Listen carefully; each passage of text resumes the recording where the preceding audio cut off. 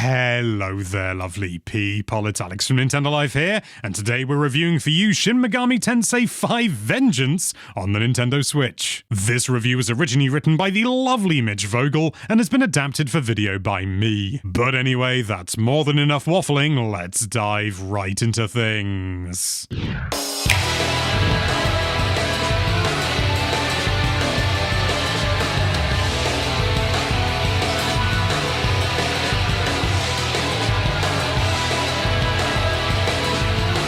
It's been nearly 3 years now since the launch of the original Shin Megami Tensei 5, and as is tradition at Atlus, the obligatory enhanced re-release, complete with a new storyline centered around a new girl, has now come to all modern platforms in the form of Shin Megami Tensei 5 Vengeance. Boasting a full-length alternate storyline and a host of gameplay and balance adjustments, Shin Megami Tensei 5 Vengeance is easily the definitive version of an already excellent entry in the long-running series. If you're a fan at all of Shin Megami Tensei, Persona, or JRPGs in general, you owe it to yourself to pick this one up at the earliest opportunity. For this review, we're going to be focusing more on the additions and adjustments being made to the core experience, rather than the base game and the game mechanics and stuff like that, so if you want a more detailed evaluation of all that stuff, we encourage you to check out the review that we have from 2021. It's linked in the video description, and thank you. Now, let's briefly go over exactly what this release is. Atlus typically does an enhanced version of its most popular games a few years after their initial release, usually with some fresh story content and balance tweaks that respond to complaints about the original version. Previous releases such as Shin Megami Tensei Strange Journey Redux, Radiant Historia Perfect Chronology, Devil Survivor 2 Record Breaker, or Persona 5 Royal usually tacked this extra story content on the end or sprinkled it in along the old storyline. What makes this game even more special then is that rather than simply offering an addendum to the original plot, this version brings a full-length plot line that you can choose from instead of the original. The game begins much in the same way as the original release did, but mere minutes into the start of the plot, things diverge into new and interesting territory. In a bizarre dream sequence, you're presented with the spectral form of a young woman, while a disembodied voice tells you that she cannot be allowed to exist, and offers you a choice. If you leave her there, the world's fate will continue as it was intended to, but if you choose to take her hand, she'll become real, and the world will be set on an unplanned and unknown path. Ultimately, this is where you choose whether you want to follow the plot of the original release, referred to as the Canon of Creation, or the new Canon of Vengeance story, which naturally, on a personal note, I selected even though I haven't personally played the original. Should you choose to save the girl, she is soon introduced as Yoko Hiramine, a prim and mysterious devil summoner who agrees to accompany the Nahabino on his quest to determine the world's future amid the ageless war between law and chaos. Yoko is a capable warrior with a quiet darkness to her, and her strength is a welcome asset as you're faced with a charismatic new gang of antagonists that call themselves the Kadishtu. Oh, I think that's how it's pronounced. The Kadishtu offer up yet another interesting perspective on the nature of truth in the strange world of Dart, and they become increasingly more central to the story as events gradually diverge from the original plot in ever more significant ways. We were fans of the divisive original plot of Shin Megami Tensei 5, but it's tough to argue that Atlus' second crack at a story here isn't an improvement. In many ways, it feels like this was the story the developers wanted to tell the first time around.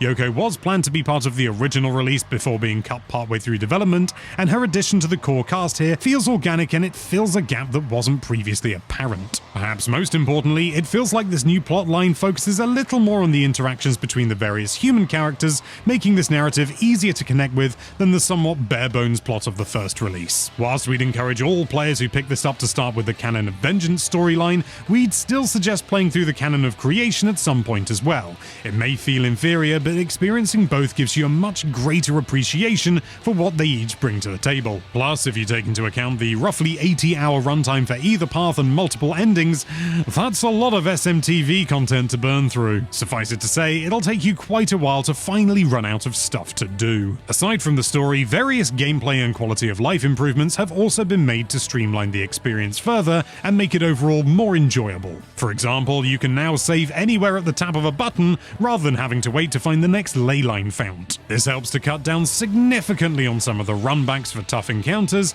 and makes it much easier to avoid losing a load of progress if you happen to get jumped by an enemy who happens to land a crit that bodies you in one shot. It happens to the best of us. Dart is still just as employable to explore and platform around as it ever was, and to aid in traversal, there are now grind rails strategically placed throughout the wasteland to help expedite travel. Some of these are immediately obvious, and some have to be discovered first before they show up on your map, and we enjoyed how they expand on the existing map by giving access to new areas, while also making it generally quicker to backtrack. Often you'll unlock a new rail after taking the long way around a series of obstacles, making it easier to travel to and from the summit. The Demon Haunt is another big addition, giving you a rather cute opportunity to spend some time talking to and building relationships with your various recruits. After a demon has been traveling with your party for a while, they'll ask to speak with you, and you can choose to acknowledge their request at a chill hangout spot accessible from any ley line found. You can then exchange gifts or talk to them, and after the conversation, the demon will usually get a stat boost. Sometimes even the Nahabino will get some direct boosts as well. It's no social link system, but we still appreciated the effort to push you to view the demons as more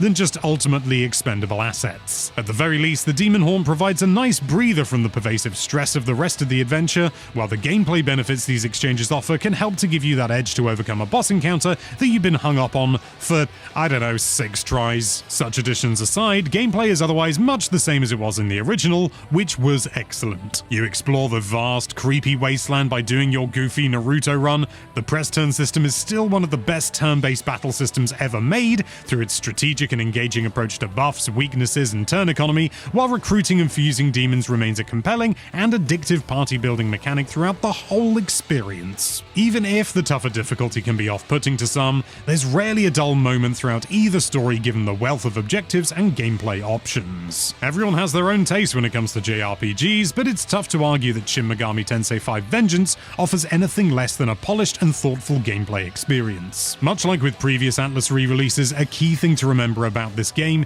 is that it is still largely the same game that came out a few years ago. Yes, it's absolutely received an all-new storyline and a raft of gameplay and balance tweaks that make it overall a superior experience, but those of you that weren't enthused by the gameplay loop and difficulty of the original release, you're not going to find much here to change your mind. On the other hand, if you did like the original release, or even if you just had a few criticisms that held you back from really getting into it, this game is made for you. Atlus is removing the original game from store shelves to replace it with this version, and it's understandable why, as this new version almost completely nullifies that first release through all the additions, adjustments, and original content. Something which notably did not improve with this re-release is the performance, which still isn't fantastic. Though everything runs at a somewhat consistent 30 frames per second, asset pop-in and fuzzy resolution is par for the course here, whether you're playing in docked or handheld modes. It's still a visually striking game on such humble hardware, but it's clear that Atlus had to push the Switch as far as it could go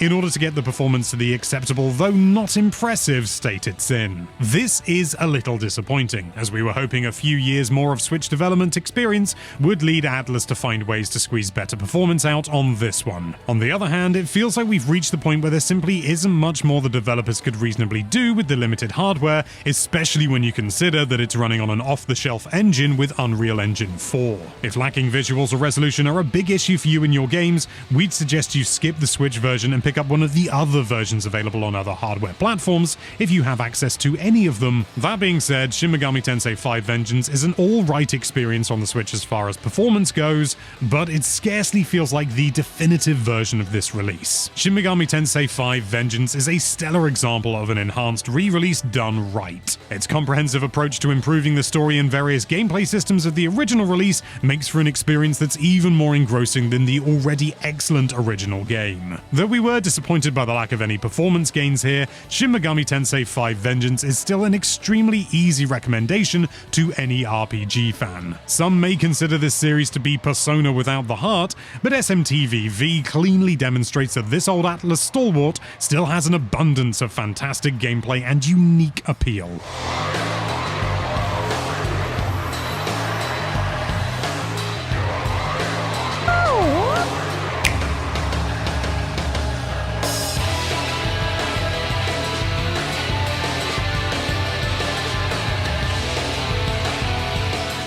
You've reached the end of the review, and that means it's time for Alex's personal thoughts, and I've got some. I'm just going to be upfront with this and, nip it right in the bud. This game isn't for me. It's just not the kind of game that really appeals to me for some reason. I couldn't tell you exactly why, and I don't want to harp on about the issues that I have with it, because they are entirely personal, except for performance, which isn't great. I like the idea of what the combat is going for, with all the different essences and things like that, and fusing demons and all this sort of thing, and just generally building up your Nahabino, and I get what it's going for, and I like the idea of it, but there's something about the execution that just doesn't work for me, and I can't really tell you why. Because on paper, this is what I want from a turn-based RPG, you know, I've been complaining about Pokemon being so flippin' basic and not evolving the core gameplay in any way apart from Arceus, and this is kind of doing that, you know, it is a more evolved form, and the way that the turn-based system where you get a critical or you use an attack that's weak against an opponent, and then you get another turn, that just sets up so many fantastic chains that you can do, but it didn't have lasting power to me. I just ended up feeling frustrated that when I did do something right and I could do everything right, the enemy could then turn around and just absolutely wipe me out in a single move. And I know that, you know, that could be, you could argue that's a skill issue, and maybe it is, I don't know, but it just wasn't for me.